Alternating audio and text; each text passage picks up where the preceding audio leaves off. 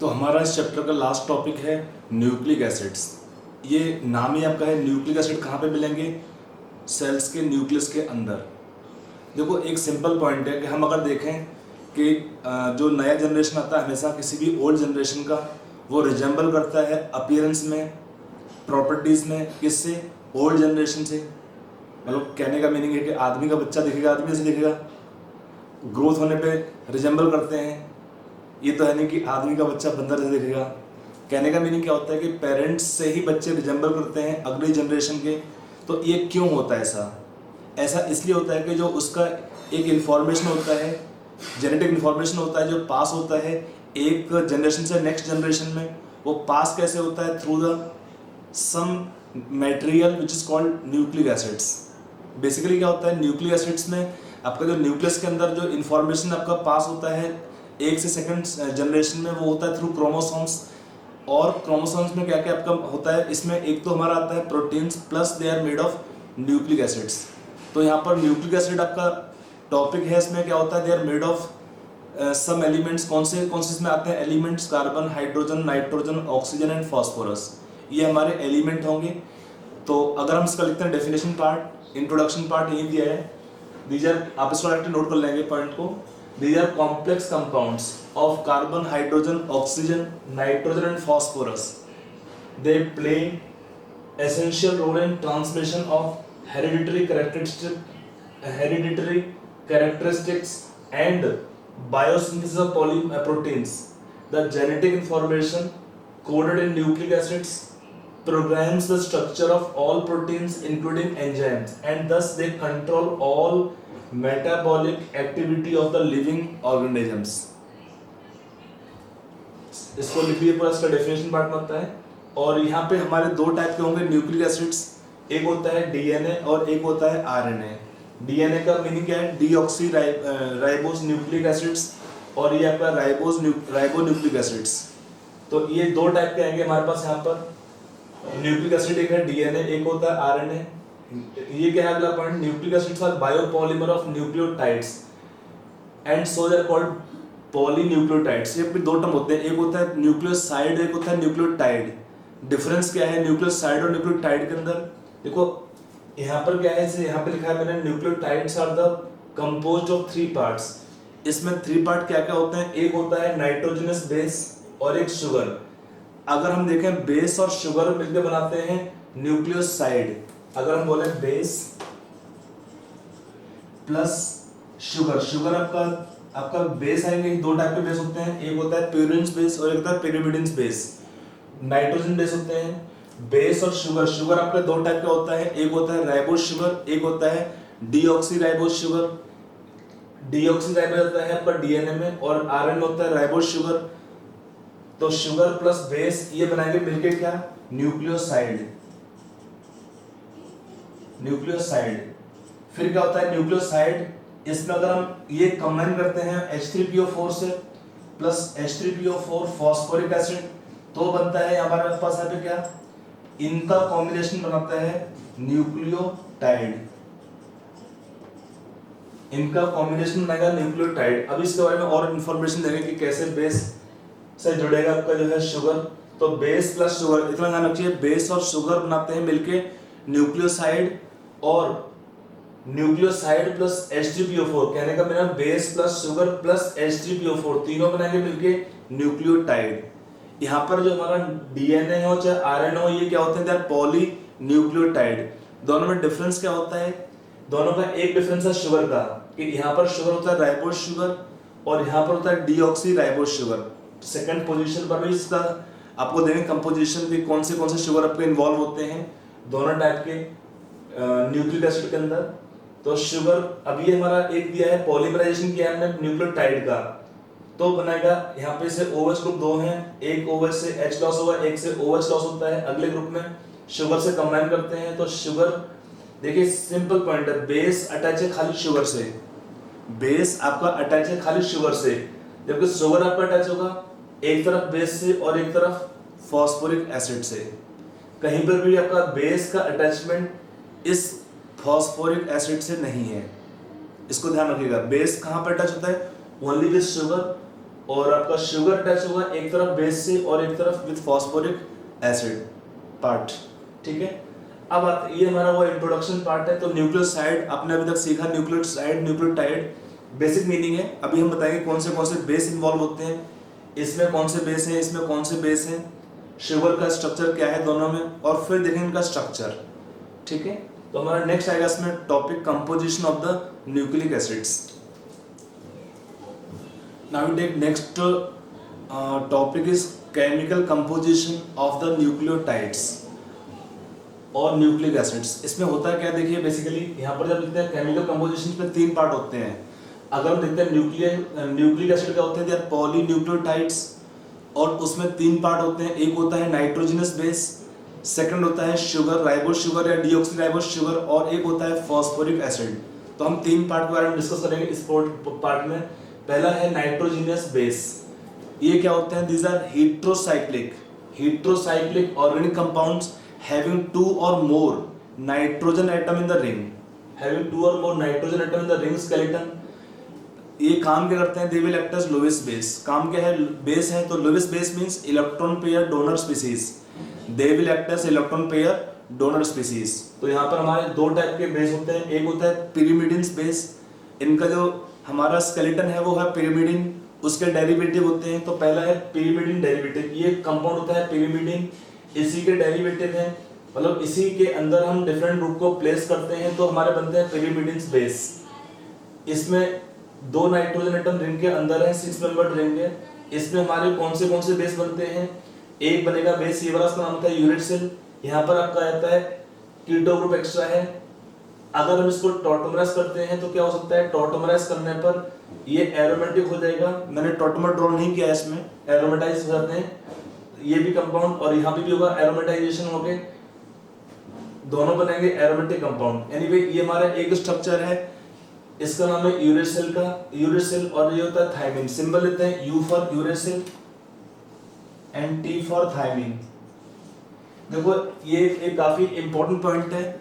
हमारा जो बेस होता है यूरेसिल और थायमिन, ये क्या होते हैं, थायमिन आपको मिलता है खाली डीएनए के अंदर, it is found only in DNA, जबकि यूरेसिल में क्या होता है, it is found only in RNA. ये हमारा डिफरेंस है।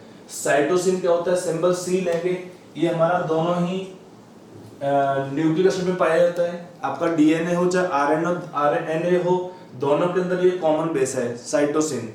एक डिफरेंस आता है, uracil only in RNA, thymine only in DNA. Numbering करना हो तो नंबरिंग आपका ये होता है, यहाँ पे नंबरिंग 1 करते हैं, 2 3 4 5 6, यहाँ पे 1 2 3 4 5 6, यहाँ पे सेम करो नंबरिंग, 1 2 थर्ड पोजीशन 4 5 6। तो आपका ये नंबरिंग का सीक्वेंस होता है, 1 से करके स्टार्ट 3 आता है, फिर आगे सीक्वेंस चलेगा। उतना इंपॉर्टेंट नंबरिंग नहीं है, वैसे आपका ध्यान रखिएगा, स्ट्रक्चर आपको नॉर्मली बहुत इंपॉर्टेंट नहीं है, बट आपको ये इन्फॉर्मेशन पता होना चाहिए कि किस में कौन सा बेस मिलता है। डिफरेंस क्या है यूरेसिल और थायमिन में, केवल एक CH3 ग्रुप का। यहाँ पर ये CH3 ग्रुप एक्स्ट्रा होता है, यहाँ पर CH3 नहीं होता है। बाकी 2 कीटोन ग्रुप होते हैं इसी रिंग के अंदर, एक कीटो ग्रुप यहाँ पे है, एक यहाँ पे है कीटो ग्रुप। तो ये हमारा बनता है यूरेसिल, साथ में एक्स्ट्रा मिथाइल तो होता है थायमिन, और यहाँ पर है साइटोसिन, तो यहाँ पर एक कीटो ग्रुप और एक यहाँ पे NH2 ग्रुप होता है, तो इसका नाम होता है साइटोसिन। अब आते हैं प्यूरिन बेस में। प्यूरिन आपका ये होता है कंपाउंड प्यूरिन, इसके डेरिवेटिव को बोलते हैं हम प्यूरिन डेरिवेटिव्स। इसमें 2 आते हैं, एक होता है एडेनिन, सिंबल लेते हैं इसके लिए कैपिटल A, यहाँ पे 2 रिंग होती हैं, और ये होता है guanine, symbol capital G, guanine and adenine. तो यहाँ पर आपका ये प्यूरिन के डेरिवेटिव है, तो हम इन्हें बोलते हैं प्यूरिन्स। इसको आप याद कर सकते हैं ऐसे, रट्टा मारने के लिए PUAG। प्यूरिन्स के अंदर कौन से बेस आते हैं, PUAG, मतलब purines, PU for purines, AG for adenine and guanine. जो बचेंगे हमारे तीनों A, T, C, वो आते हैं हमारे S pyrimidines के अंदर। तो अगर आपको याद करना है तो ऐसे होता है PUAG याद कर लीजिए। PUAG का मतलब क्या होता है, प्यूरिन्स में A और G, A for adenine, G for guanine. अगर हम देखें एज ए होल, हमारे जो डीएनए में कौन से बेस आपको मिलेंगे, डीएनए में आपका बेस मिलेगा थायमिन, साइटोसिन, A और G, ये तो कॉमन सब में होता है चारों। आरएनए में क्या होता है, बेस कौन से बेस मिलेंगे, यहाँ थायमिन नहीं मिलता है, यहाँ मिलेगा यूरेसिल, साइटोसिन, ए और जी। केवल एक डिफरेंस है इसमें बेस का, सी ए जी दोनों में कॉमन है।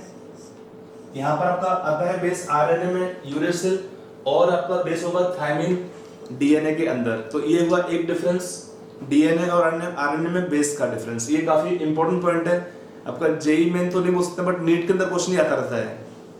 एक पॉइंट हुआ। अगला आते हैं हम शुगर के ऊपर। यहाँ पे राइबोज शुगर आता है इसमें। यहाँ पर शुगर कौन सा होता है, शुगर आपका आता है यहाँ पर सेकंड पार्ट आता है शुगर। ये आपका शुगर कौन सा है, राइबोज और डेरिवेटिव।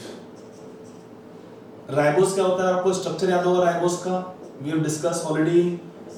कार्बोहाइड्रेट पार्ट ये होता है राइबोज, सारे ओवल्स को राइट साइड में, तो आपका हो गया राइबोज शुगर। अब राइबोज में क्या होता है, अगर उसको हम लिखते हैं रिंग फॉर्मेशन होगा राइबोज के अंदर। यहाँ पर क्या होता है, यहाँ बनता है 5 मेंबर्ड रिंग। ओवल्स ग्रुप आपका रिएक्शन में पार्टिसिपेट करता है, तो यहाँ पर O पर आएगा माइनस चार्ज, फिर यहाँ से H जाएगा इसके पास, तो हमारा क्या बनता है इसमें फॉर्मेशन ऑफ हेमी एसिटल। यहाँ पर दो टाइप के अरेंजमेंट बनते हैं, एक बनता है आपको कैसे टाइप का, अल्फा डी राइबोस अगर OH राइट में है, और एक बनता है beta D ribose. H H OH OH यहाँ पे H है। ये हुआ राइट साइड में। अगर आपका OH आता है, इसको होता है एरोमेरिक कार्बन, तो अल्फा डी राइबोस, ये पर डी राइबोस शुगर है। डी का मीनिंग OH राइट साइड में होता है लास्ट एसिमेट्रिक कार्बन के पास, तो ये हुआ अल्फा डी राइबोस। अगर हमारा OH आएगा लेफ्ट साइड में, तो हम इसको बोलेंगे beta D ribose.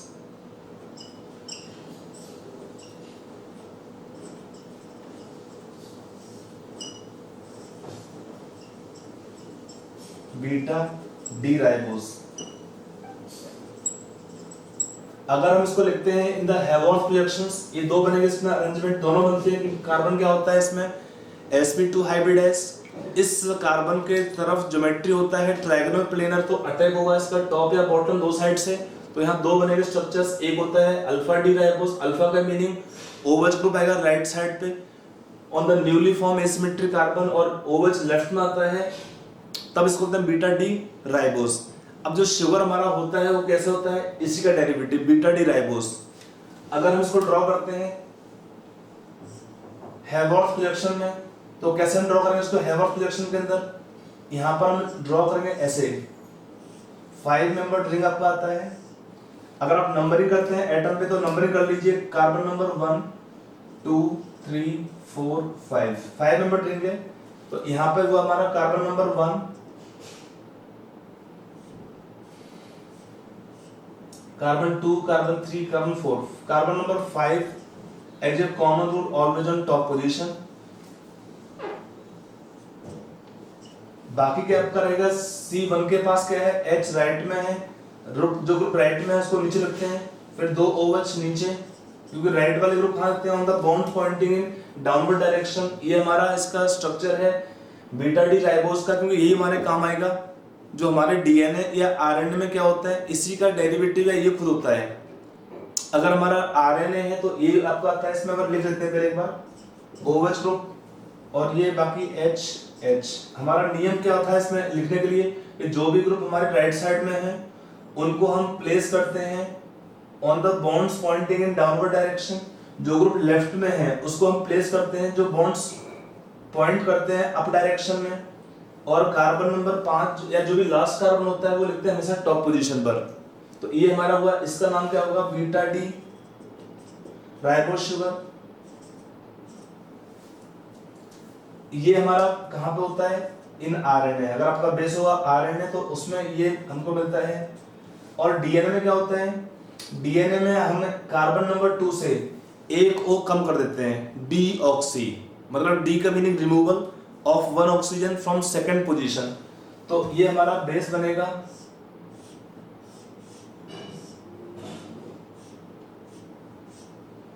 One two three four 5। 1 पे हमारा था OHH, यहाँ पे 2 पे क्या होगा, दोनों ही बचेंगे HH, यहाँ पे आएगा H OH ग्रुप। ये हमारा शुगर होता है, इसको हम बोलेंगे beta 2 deoxy ribose sugar.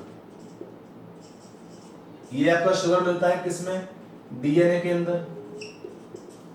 DNA में हमारा शुगर होता है 2 डीऑक्सी। 2 डीऑक्सी का मीनिंग फ्रॉम सेकंड पोजीशन हमने ओ निकाल दिया, तो क्या बचेगा 2 डीऑक्सी राइबोज शुगर। ये किसमें पाया जाता है, डीएनए के अंदर। तो डीएनए में हमारा शुगर है 2 डीऑक्सी राइबोज, और यहाँ पे हमारा शुगर है beta D ribose sugar.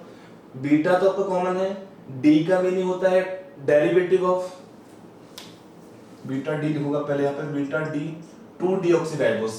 Actually इस कैपिटल डी का मीनिंग क्या है, ये डेरिवेटिव है डी राइबोज का, तो यहाँ पे है कैपिटल डी राइबोज। ये हमारा स्ट्रक्चर लिखा है हमने इसको हैवर्थ प्रोजेक्शंस के अंदर। तो ये हमारे 2 शुगर होते हैं, एक शुगर आपको मिलेगा किसमें, राइबोज शुगर।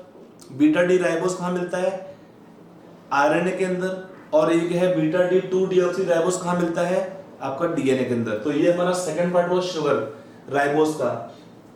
हमेशा शुगर कहाँ पे लगता है, शुगर लगता है इस OH ग्रुप से, carbon number 1 of the ribose और deoxy ribose sugar attached to the base. अब थर्ड पार्ट इसमें आता है फॉस्फोरिक एसिड। इसमें थर्ड पार्ट रहता है इसमें phosphoric acid. Phosphoric acid H3PO4। काम क्या होता है इस फॉस्फोरिक एसिड का, it forms ester with OH group of sugar, OH group of sugar to bind nucleotide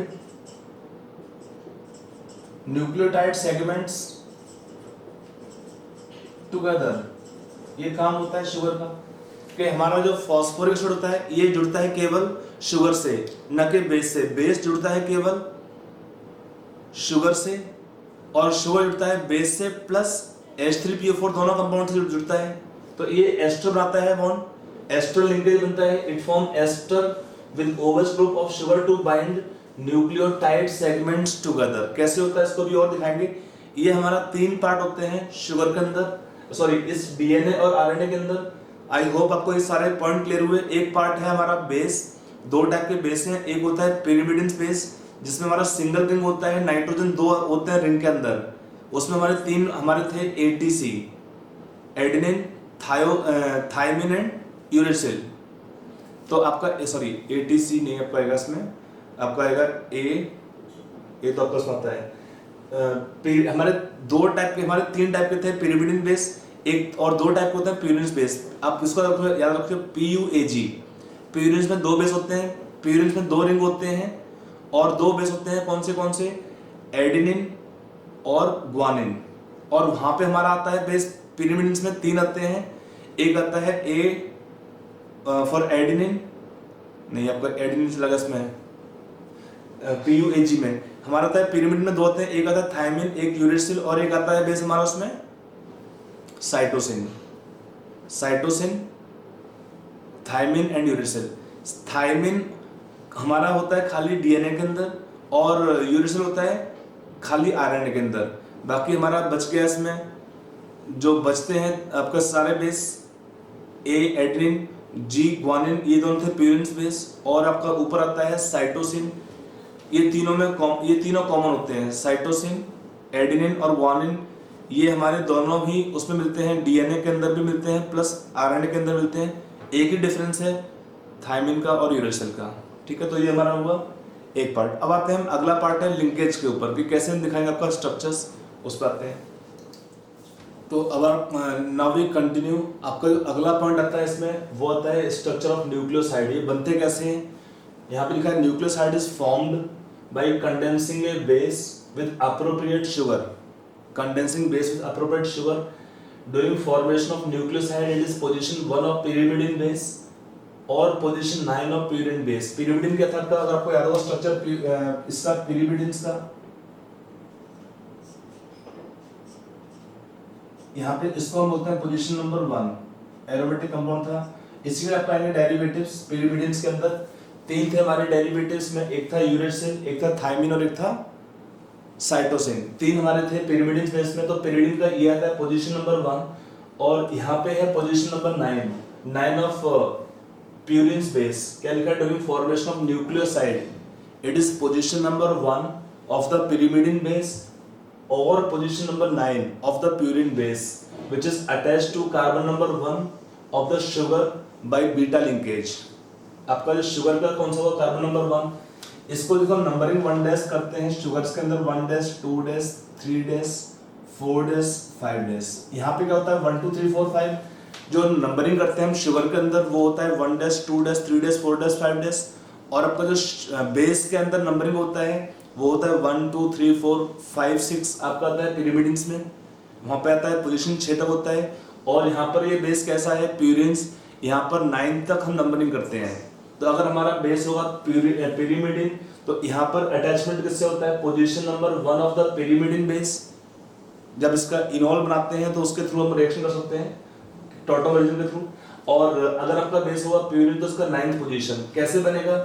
ये हमारा शुगर है, लेट्स से हमने लिखा है बीटा डी राइबोस शुगर लिखा है। तो यहाँ से हम क्या करेंगे? यहाँ से OH को एलिमिनेट करते हैं और यहाँ से H निकलता है। 9th पोजीशन से हाइड्रोजन निकाला हमने। ये हमारे प्यूरिन बेस है एडिनिन। और जो लिंकेज क्या होता है? लिंकेज होता है बीटा लिंकेज। बीटा क्यों बोलते हैं? बिकॉज हमारा शुगर क्या था? बीटा डी राइबोस, तो इसलिए हम इसको बोलते हैं बीटा लिंकेज। तो ये हमारा एक राइबोस शुगर था प्लस हमारा एडिनिन है। तो इन दो को मिलाकर बनता है nucleoside. What is nucleoside? Combination of sugar plus base, इनको मिला के बनता है न्यूक्लियोसाइड। इसका नाम क्या होगा? एडिनोसिन। एडिनिन प्लस राइबोस तो हम बोलते हैं एडिनोसिन। और यहाँ पर आपका लिंकेज है बीटा लिंकेज। ये एग्जांपल आपका दिया स्ट्रक्चर है एडिनोसिन का। ऐसे ही हम बाकी के जो लिखेंगे स्ट्रक्चर्स वो भी लिखते हैं, सिमिलर स्ट्रक्चर्स हम लिख सकते हैं और शुगर के लिए भी। अब यहाँ पे आते हैं 2 टाइप के आते हैं न्यूक्लियोसाइड। एक तो हमारा ये डिपेंड करता है शुगर के ऊपर खाली।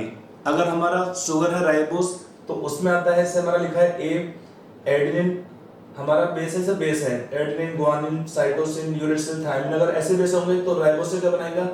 इसका नाम होगा adenosine, guanosine for guanine, cytidine for cytosine, uridine for uracil and thymidine for thiamine.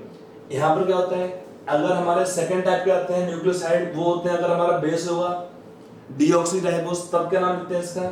सब सेम टाइप के नाम होते हैं, बस हमारे एक आता है प्रीफिक्स आएगा नाम के अंदर deoxy. Deoxy, adenosine, deoxy, guanosine सब कुछ सेम रहता है, जस्ट हमारे प्रीफिक्स फिट होता है इसके पहले डीऑक्सी, मतलब उसको शो करते हैं कि हमारा शुगर इसके अंदर कौन सा है? डीऑक्सी राइबोस शुगर है। तो ये हमारा स्ट्रक्चर हुआ किसका? न्यूक्लियोसाइड का स्ट्रक्चर हम लिख सकते हैं ऐसे करके, यहाँ पे नाम होते हैं न्यूक्लियोसाइड्स के। अब आते हैं न्यूक्लियोटाइड के बारे में बात करते हैं। अगर हम बात करते हैं अबाउट न्यूक्लियोटाइड्स तो न्यूक्लियोटाइड कैसे बनता है? देखिए हम लिखते हैं पे न्यूक्लियोटाइड, ये कब बनता है? It results when nucleoside combines with phosphoric acid H3PO4 phosphoric acid mainly at कौन सा होगा पोजीशन पर? mainly at 5 days और sometimes 3 days पोजीशन। ये नंबरिंग कहाँ पे होता है? शुगर में 3 days 5 days शुगर में नंबरिंग होता है। 3 days position of pentose sugar, that will be ribose sugar for RNA और deoxyribose for DNA। Hence हम बोल सकते हैं कि न्यूक्लियोटाइड क्या हो सकते हैं? thus nucleotide can be taken as nucleoside monophosphate, nucleoside monophosphate। What is nucleotide? Can be taken as nucleoside monophosphate। जैसे अगर हम एग्जांपल लेते हैं जो हमने लिखा था अभी कुछ देर पहले शुगर के अंदर उस शुगर के अंदर भी अगर हम कंबाइन करते हैं पोजीशन 5 पर, हमारा जो अभी एग्जाम्पल था शुगर के अंदर क्या था स्ट्रक्चर में, OH CH2 H था यहाँ पर, H OH यहाँ पे था H, यहाँ पे हमारा था 9,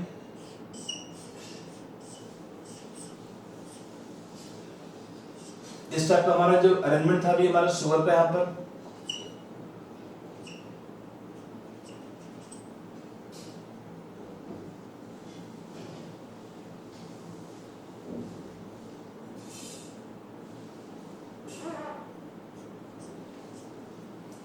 ये हमारा था आपका था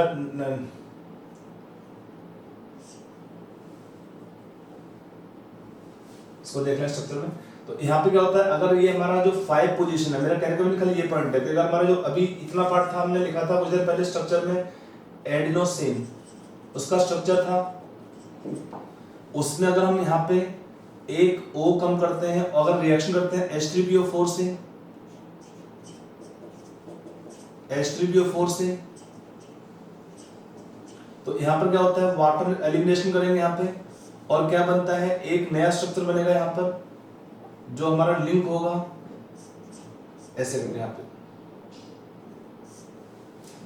तो ये हमारा बन जाएगा, ये 5 डैश पोजीशन था एडिनोसिन, इसका नाम लिखेंगे adenosine 5 dash phosphoric acid.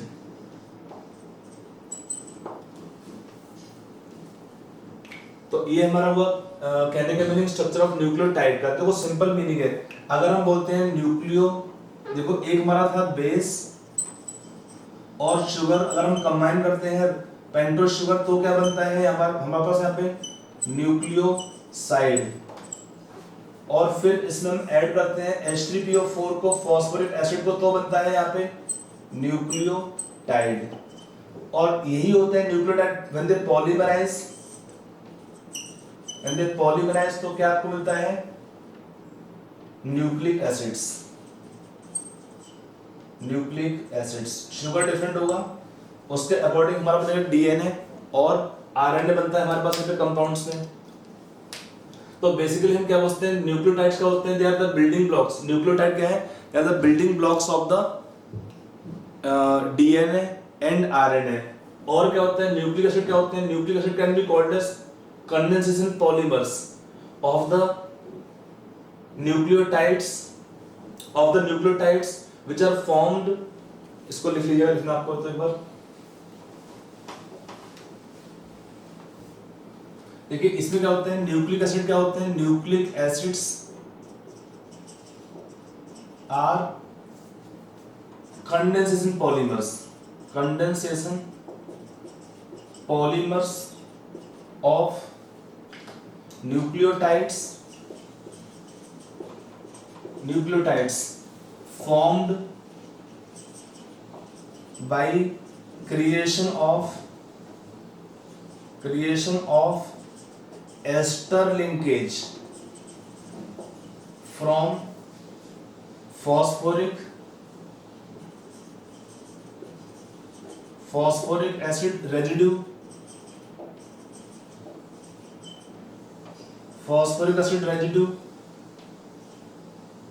on one nucleotide, ये आपका पोजीशन इंपॉर्टेंट है, of one nucleotide two hydroxy group in hydroxy group, in fact on होना चाहिए, on 3 days position in pentose sugar, 3 days position pentose sugar of second nucleotide। Basically हमारे पास क्या है, nucleic acid है the condensation polymers, means क्या होता है, एक होता है एडिशन पॉलीमर्स, वहां पे क्या होता है लाइक पाई बॉन्ड होते हैं, तो एडिशन होता है इसमें without elimination of small molecules like water और अदर बाई प्रोडक्ट। और एक होता है कंडेंसेशन पॉलीमर्स, यहाँ पर क्या होता है जब पॉलीमर बनता है तो कुछ small molecules like water, alcohol क्या होते हैं, they eliminate out in the formation of that polymers, इन्हें हम बोलते हैं कंडेंसिंग पॉलीमर। यहाँ भी क्या होता है, वाटर बाहर निकलता है जब न्यूक्लियोटाइड कंबाइन करते हैं, पॉलीमराइज करते हैं, तो एक OH ग्रुप जाएगा और एक H जाएगा। तो ये कहाँ से निकलेंगे हमारे, ये हमारा लॉस होता है शुगर से और फॉस्फोरिक एसिड रेजिड्यू से। ये हमने भी देखा था, इसमें हमारे पास H3PO4 में क्या होता है, तीन होते हैं OH ग्रुप, ट्राई बेसिक होता है, तो एक OH चला गया शुगर से ज्वाइन करने के लिए। अब जब ये पॉलीमराइज होते हैं तब एक और OH ग्रुप का रिएक्शन करता है शुगर के OH ग्रुप से, तब फिर बनता है, उसमें लिंकेज आगे आएगा। तो यहाँ पे वही पॉइंट कहने का मीनिंग है, nucleic acids are the condensation polymers of nucleotides form by creation of ester linkage from phosphoric acid residue on one nucleotide to hydroxy group on third dash position in pentose sugar of the second nucleotide। ये कैसे बनता है linkage, इसको हम बोलते हैं DNA और RNA का प्राइमरी स्ट्रक्चर। तो हमारा नेक्स्ट आपका यही है स्ट्रक्चर ऑफ न्यूक्लिक एसिड्स। अब हम आगे चलते हैं primary structure of the means आपका स्ट्रक्चर ऑफ न्यूक्लिक एसिड्स। इसमें हमारा एक आएगा प्राइमरी स्ट्रक्चर, एक आएगा सेकेंडरी स्ट्रक्चर। तो हम देखते हैं पहले प्राइमरी स्ट्रक्चर, इसमें लिंकेज कैसे होता है, मीनिंग क्या होता है प्राइमरी स्ट्रक्चर का। इसका मीनिंग होता है the sequence in which 4 nitrogen basis, actually आपका बेस में 4 ही होता है। डीएनए में कौन से 4 बेस होते हैं, आपका थायमिन और 3 कॉमन होते हैं, यूरिसिल को छोड़ के। यूरिसिल आपका था आरएनए के अंदर 3 कॉमन है, कौन से कॉमन होते हैं, थायमिन आपका इन डीएनए हमारा कौन सा बेस आएगा, 4 बेस में थायमिन, और आपका आएगा साइटोसिन, और आपका रहेगा इसमें ग्वानिन, और आपका रहेगा इसमें आपका cytosine, thymine, guanine and adenine. ये 4 हमारे बेस होंगे जिसमें डीएनए में। और आरएनए में कौन सा बेस रहेगा, यूरेसिल, और रहेगा साइटोसिन और एडेनिन और ग्वानिन। ये 4 आपका रहेंगे बेस आरएनए के अंदर। डिफरेंस क्या होता है शुगर में, यहाँ पे लिखा है, देखो यहाँ पे क्या है, प्राइमरी स्ट्रक्चर में लिखा 4 nitrogen bases attached to sugar phosphate. ये हमारा शुगर फॉस्फेट, अगर हम बेस को हटा दो क्या बनता है, शुगर फॉस्फेट। शुगर फॉस्फेट आपको बनाएगा बैकबोन, शुगर फॉस्फेट बनाएगा backbone of the nucleotide chain. Base attach होता है खाली शुगर से, और शुगर आपका अटैच होता है बेस से भी अटैच होता है, और यहाँ पर ज्वाइन करता है अगले शुगर को थ्रू फॉस्फोरिक एसिड। और यहाँ पे क्या होता है, लिखा शुगर फॉस्फेट चेन बनता है हमारे यहाँ पर। तो कैसे होता है, वो नंबरिंग करते हैं। अगर बेस का इसका था 1, सॉरी इसमें नंबरिंग करते हैं आपका, इसमें शुगर में तो 1 dash, 2 dash, 3 dash, 4 dash, 5 dash. 5 dash पे हमारा अटैच होता है एक फॉस्फोरिक एसिड मॉलिक्यूल, तो बनता है न्यूक्लियोटाइड। फिर वो जुड़ता है कार्बन नंबर 3 डैश से अगला जो है स्ट्रक्चर, जो एक उसका शुगर मॉलिक्यूल से, तो ये हमारा बनाएगा बैकबोन। तो यहाँ पर आपका 3 डैश पे अटैचमेंट है, फिर से ये 5 डैश हुआ, 4 डैश, 3 डैश, 2 डैश और 1 डैश। यहाँ पर X लिखा है मैंने, X क्या होता है, H इन डीएनए, और OH होता है आरएनए में। डीएनए में क्या होता है, नाम शुगर का deoxyribose, D means without oxygen, तो सेकंड पोजीशन पर OH होता है आरएनए में, और खाली H होता है डीएनए के अंदर। बेस आपके एक डिफरेंस है खाली यूरेसिल का और थायमिन का। डीएनए में होता है थायमिन बेस, और आरएनए में आपका रहता है यूरेसिल। बाकी के तीनों बेस कॉमन है, एडेनिन, ग्वानिन और साइटोसिन, वो दोनों में आपको मिलते हैं। ये वो हमारे प्रोटीन का प्राइमरी स्ट्रक्चर, सॉरी इसका न्यूक्लिक एसिड का प्राइमरी स्ट्रक्चर। अब आते हैं हम सेकेंडरी स्ट्रक्चर में। आपको एक बार डायग्राम देखना पड़ता है, इसमें बेस पेयरिंग कैसे होता है, तो थोड़ा टाइम लगता है। इसको मैं ड्रॉ कर देता हूँ, आप खाली उसको उतार लीजिए, छाप लीजिए उसके बाद, ठीक है।